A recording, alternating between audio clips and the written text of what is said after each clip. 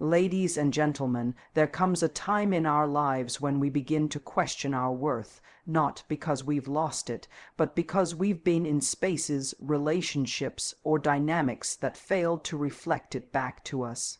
We've mistaken silence for rejection, distance for disinterest, and inconsistency for something we somehow caused.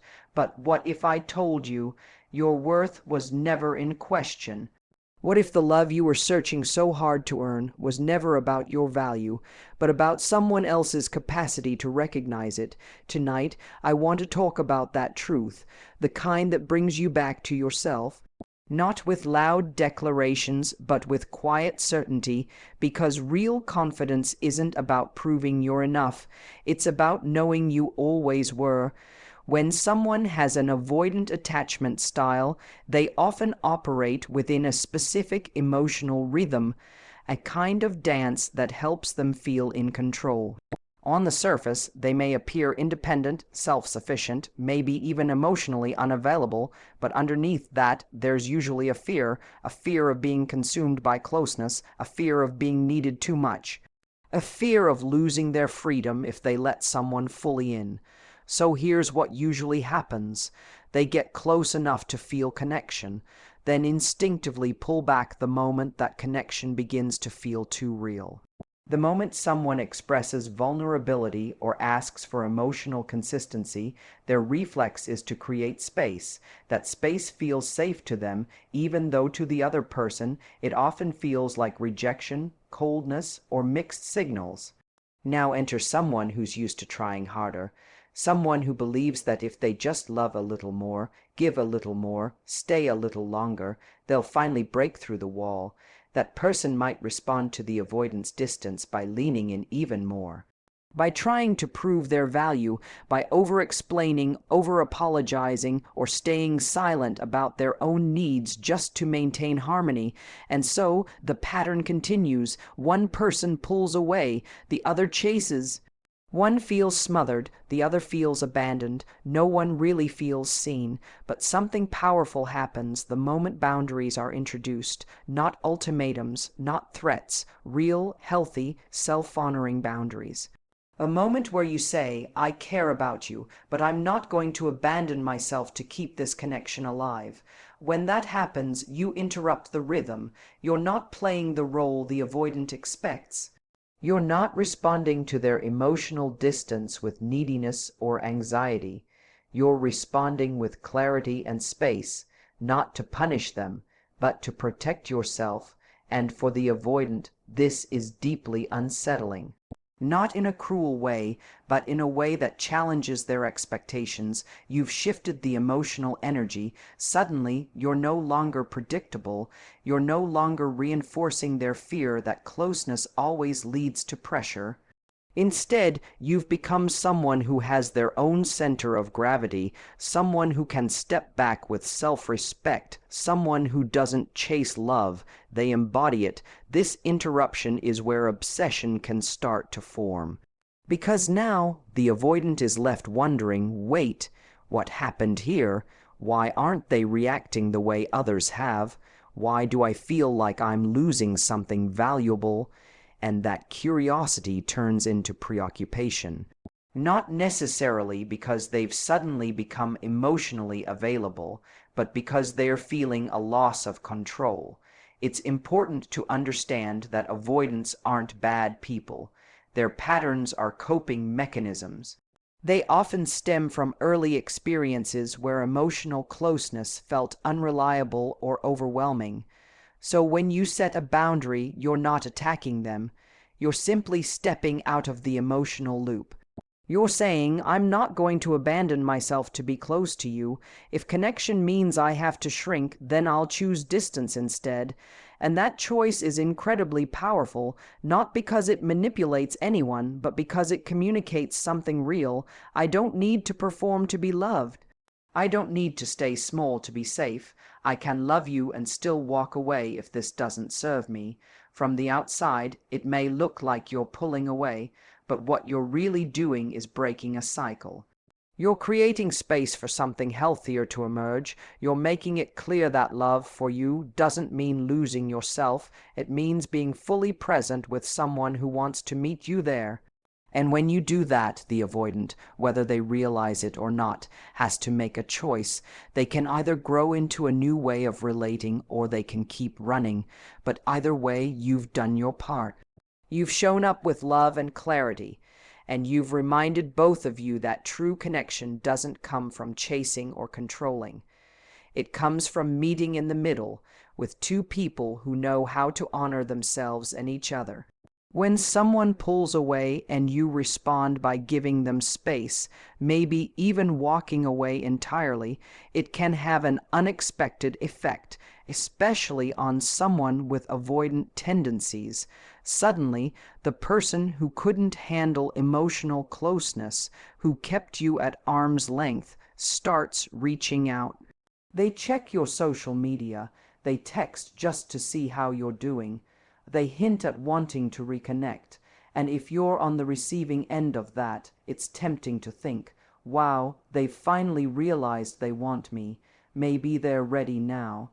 But often what you're seeing isn't emotional readiness, it's anxiety, it's discomfort, it's a reaction to the vacuum you created when you stopped making yourself so available.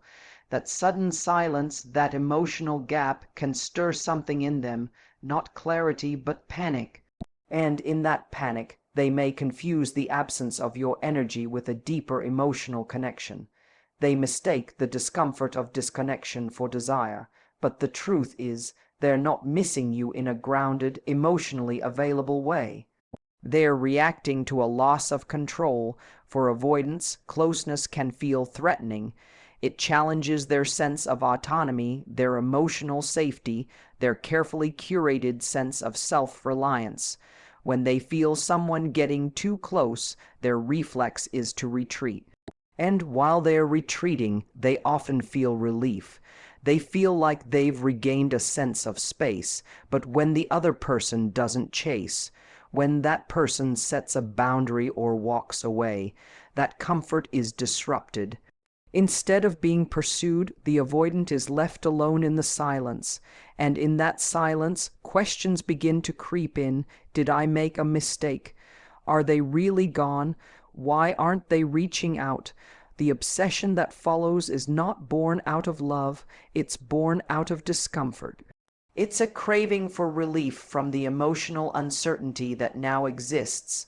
And because the avoidant never had to fully process or face their emotional needs while you were always showing up, your absence forces them into unfamiliar territory.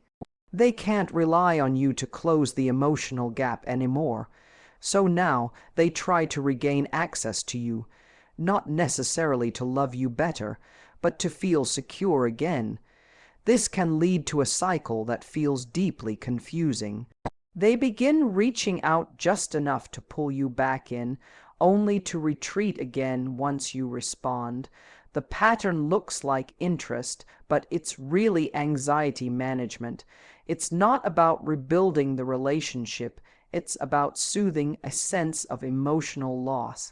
And if you mistake their obsession for commitment, you might re-enter the dynamic thinking they've changed, only to find yourself back in the same place, over-functioning, over-feeling, and under-receiving.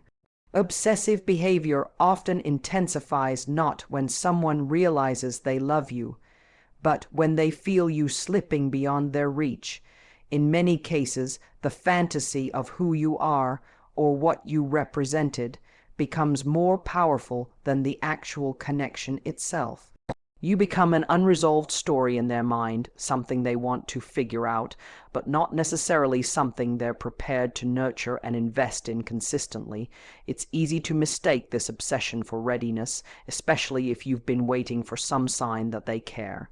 But readiness isn't measured by how much someone thinks about you when you're gone. Readiness is shown by how someone treats you when you're right in front of them. It's shown through consistency, emotional honesty, and the ability to show up when it's hard, not just when it's convenient or when they feel the sting of losing you. When someone becomes obsessed with your absence, it doesn't automatically mean they're ready to be present with you.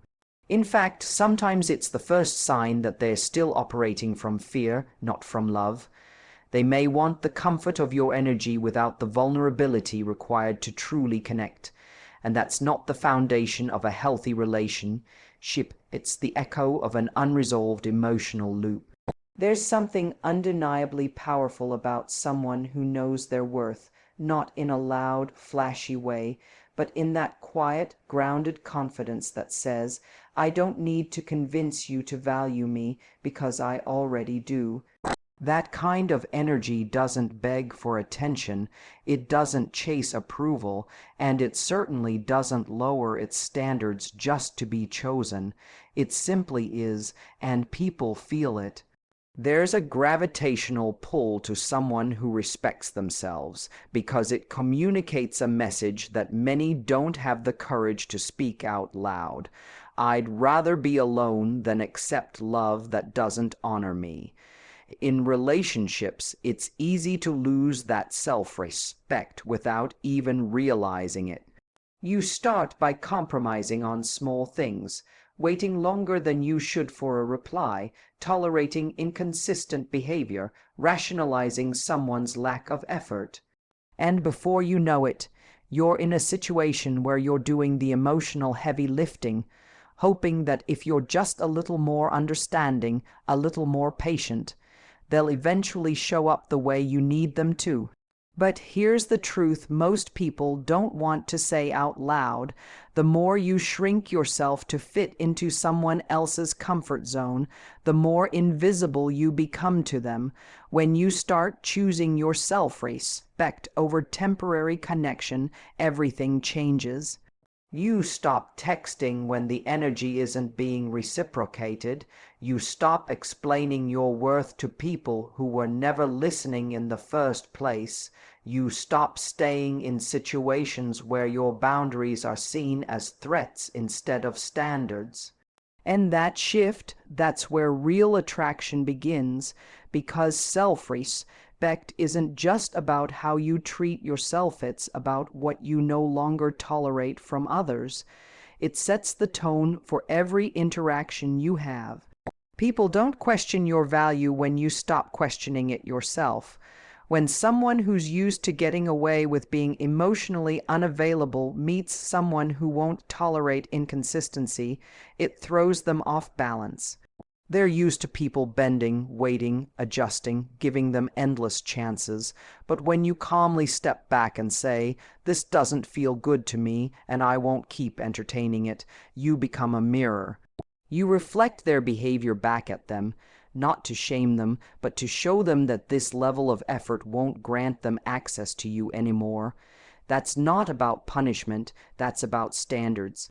And standards are attractive because they show you have a sense of identity that isn't shaped by someone else's attention. There's a kind of magnetism in someone who can walk away, not out of bitterness, but out of alignment. That inner strength makes people curious. It makes them wonder, what would it take to be close to someone like that? Someone who doesn't need me, but could choose me. That kind of dynamic creates real intrigue. Not the unhealthy kind where you're playing games or pretending not to care, but the kind where your presence is intentional and your absence is felt.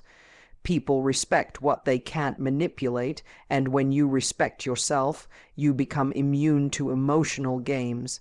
What's even more magnetic is how self-respect shapes your emotional availability. You're not guarded, but you're discerning. You're not closed off, but you're not wide open for just anyone. You become selective, not because you think you're better than others, but because you've done the work to understand your worth. And when people feel that, it challenges them to rise to your level or step aside. There's no pressure, no control, just clarity, and clarity is rare. Most people are used to confusion, mixed signals, blurred boundaries. When they encounter someone who knows what they want and isn't afraid to walk away from what they don't, it stands out. It leaves an imprint. Self-respect is not about rejecting others. It's about refusing to reject yourself in the process of trying to be loved. When you carry that energy into a room, a conversation, or a relationship, it changes how people treat you. Not because you've demanded it, but because you've demonstrated it. And once you've lived with that level of inner dignity, anything less just doesn't feel like home anymore. When someone starts paying more attention to you after a period of distance or disinterest, it can feel validating, especially if you've spent time feeling unseen, unheard, or undervalued.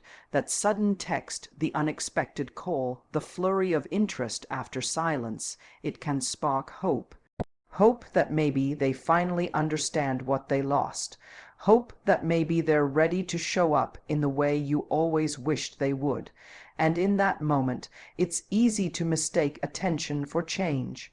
But the truth is, the two are not the same. Attention can be instant, it can be reactive, it can come from loneliness, jealousy, or fear. Someone might reach out because they miss the comfort of your presence, not because they've actually grown or done the inner work to be a better partner. They may want to feel close to you again, but still lack the emotional maturity to sustain real closeness. And that difference matters, because what looks like emotional progress on the surface can just be a temporary response to discomfort. People often confuse effort with evolution. Just because someone suddenly puts in a bit more effort doesn't mean they've transformed the behaviors that caused pain in the first place. It doesn't mean they've learned to communicate better, or that they've gained a new respect for your boundaries, or that they're now capable of showing up consistently. Sometimes all it means is that your absence made them uncomfortable, and they're doing just enough to pull you back in and soothe that discomfort.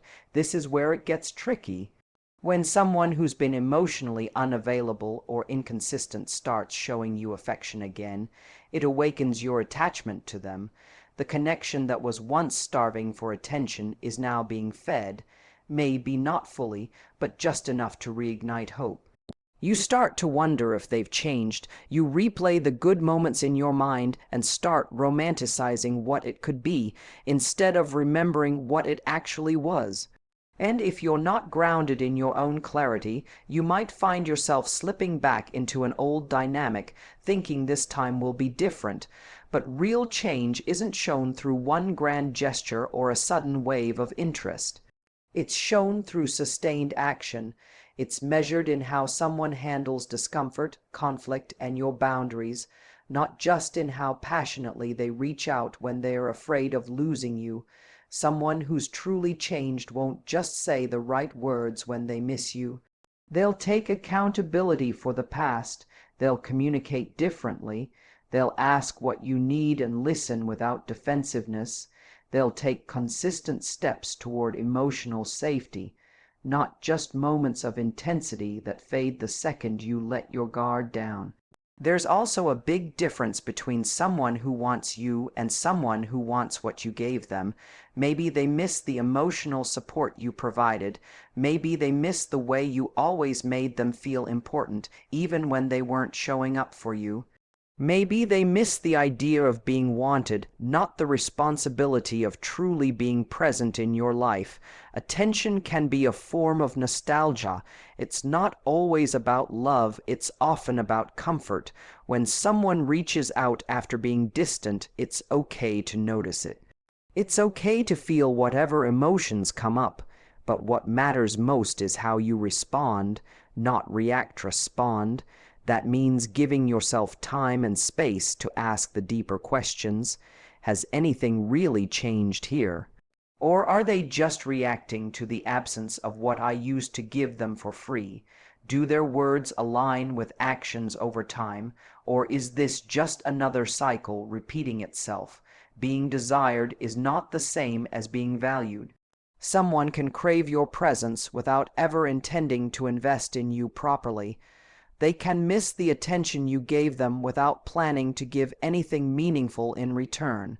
And if you mistake their attention for transformation, you might re-enter a connection that still doesn't meet your needs, just because it feels good in the moment to be wanted again. At the end of the day, attention is easy. Change is hard. One requires presence in a moment, the other requires presence over time.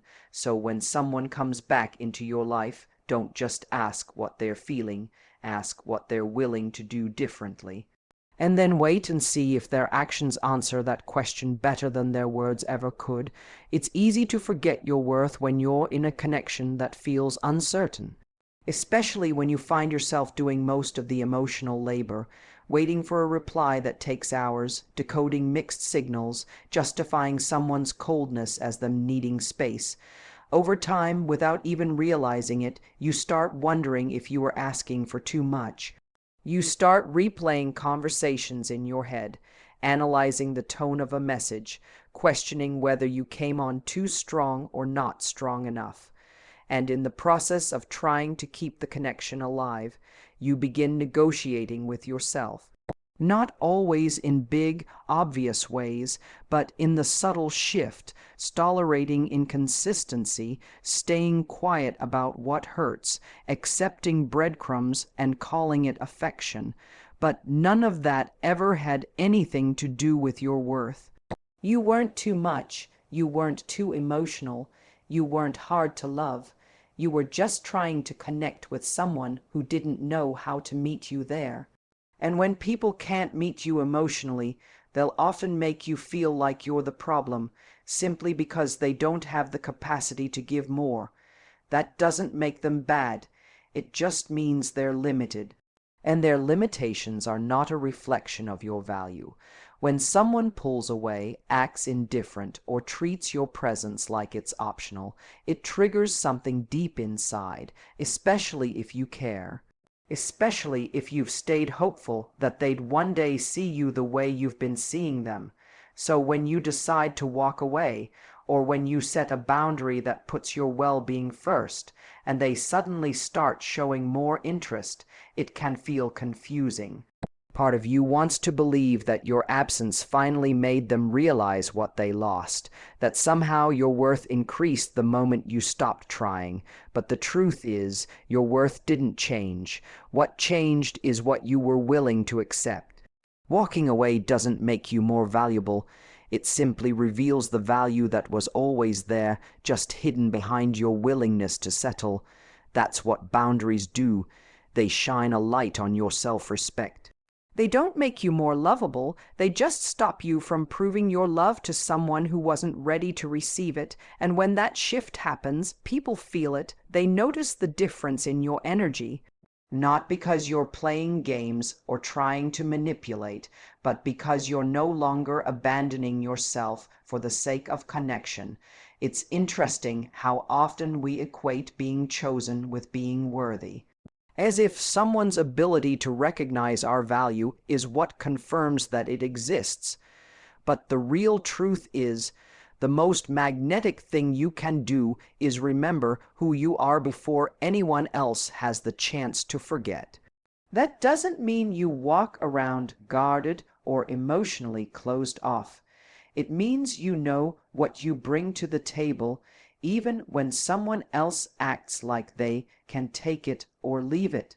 You don't chase after people who are unsure about you, because you understand that your time, your energy, your heart, those things are sacred, and they shouldn't be spent proving your worth to someone who isn't ready to recognize it. Sometimes the pain isn't even about the person leaving. It's about what their absence seems to say about you. It's about the story you start telling yourself, that maybe if you were more relaxed, more mysterious, more something, things would have worked out differently. But that story is built on a false foundation, because someone else's inability to love you the way you deserve doesn't make you unworthy. It just means that person wasn't equipped to hold the kind of connection you were offering. And that's not your fault. You're not here to shrink yourself so someone else can feel comfortable. You're here to be whole, even when that means standing alone for a while. So if someone starts showing more interest the moment you set boundaries, that doesn't mean you've suddenly become more valuable. It means you finally stopped giving discounts. You stopped watering down your needs just to maintain a relationship that asked you to be smaller than you are. And that shift in your energy is powerful, not because it made you better, but because it made you visible again, not to them, but to yourself.